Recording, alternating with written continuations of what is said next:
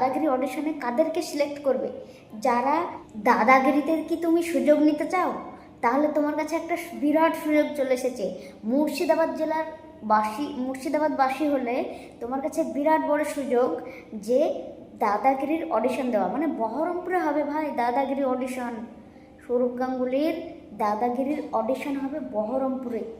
যদি কেউ তোমরা দিতে চাও তো চলে আসো সঠিক 31শে জুলাই। ঠিকানা হচ্ছে লোয়ার কাদাই।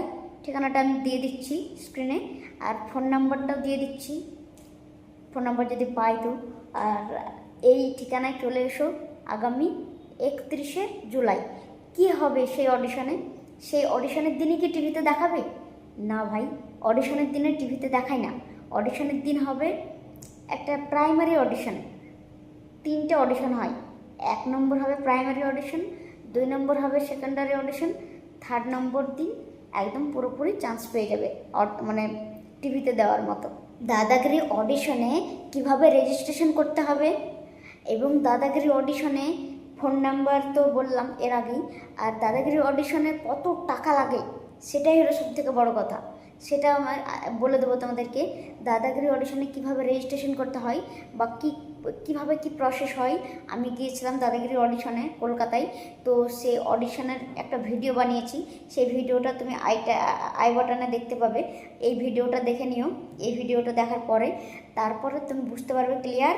আর দাদাগিরি সম্পর্কে আরও কিছু জানার থাকলে তুমি কমেন্ট করো। আর দাদাগিরির অডিশনের জন্য কোনো টাকা পয়সা লাগে না, কোনো রকমের টাকা পয়সা লাগে না। এবার এখানে যদি রেজিস্ট্রেশন ফি 20 টাকা, যদি 50 টাকা নেয় সেটা আলাদা ব্যাপার।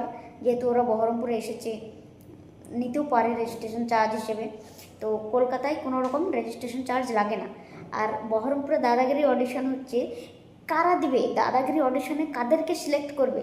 যারা একদম নিম্ন মধ্যবিত্ত থেকে মানুষ হয়েছে, অনেক কষ্ট করে মানুষ হয়েছে, কিন্তু আজ জীবনে সফল, মানে এত সফল যে মানুষ মানে তাকে তার তার সফলটাই অনেক মানুষের স্বপ্ন থাকে, সেই রকম মানুষ।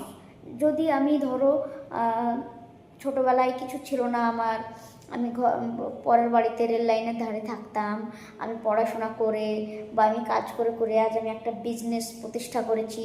আমার বিজনেসে এখন 4000 লোক কাজ করে বা 100 লোক কাজ করে। আমি এখন প্রচুর প্রতিষ্ঠিত হয়েছি, আমি আমি মানে পুরো সাকসেস হয়েছি। তাহলে আমি যাব দাদাগিরিতে।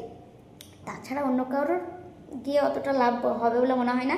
তবে গিয়ে ব্যাপারটা দেখে আসা ভালো হবে তোমরা যদি যাও। আর ওই ভিডিওটা দেখে নাও। আর দাদাগিরির বিষয়ে কোনো প্রশ্ন থাকলে কমেন্ট করো। ভালো লাগলে লাইক, কমেন্ট, শেয়ার, সাবস্ক্রাইব করে দিও। বাই।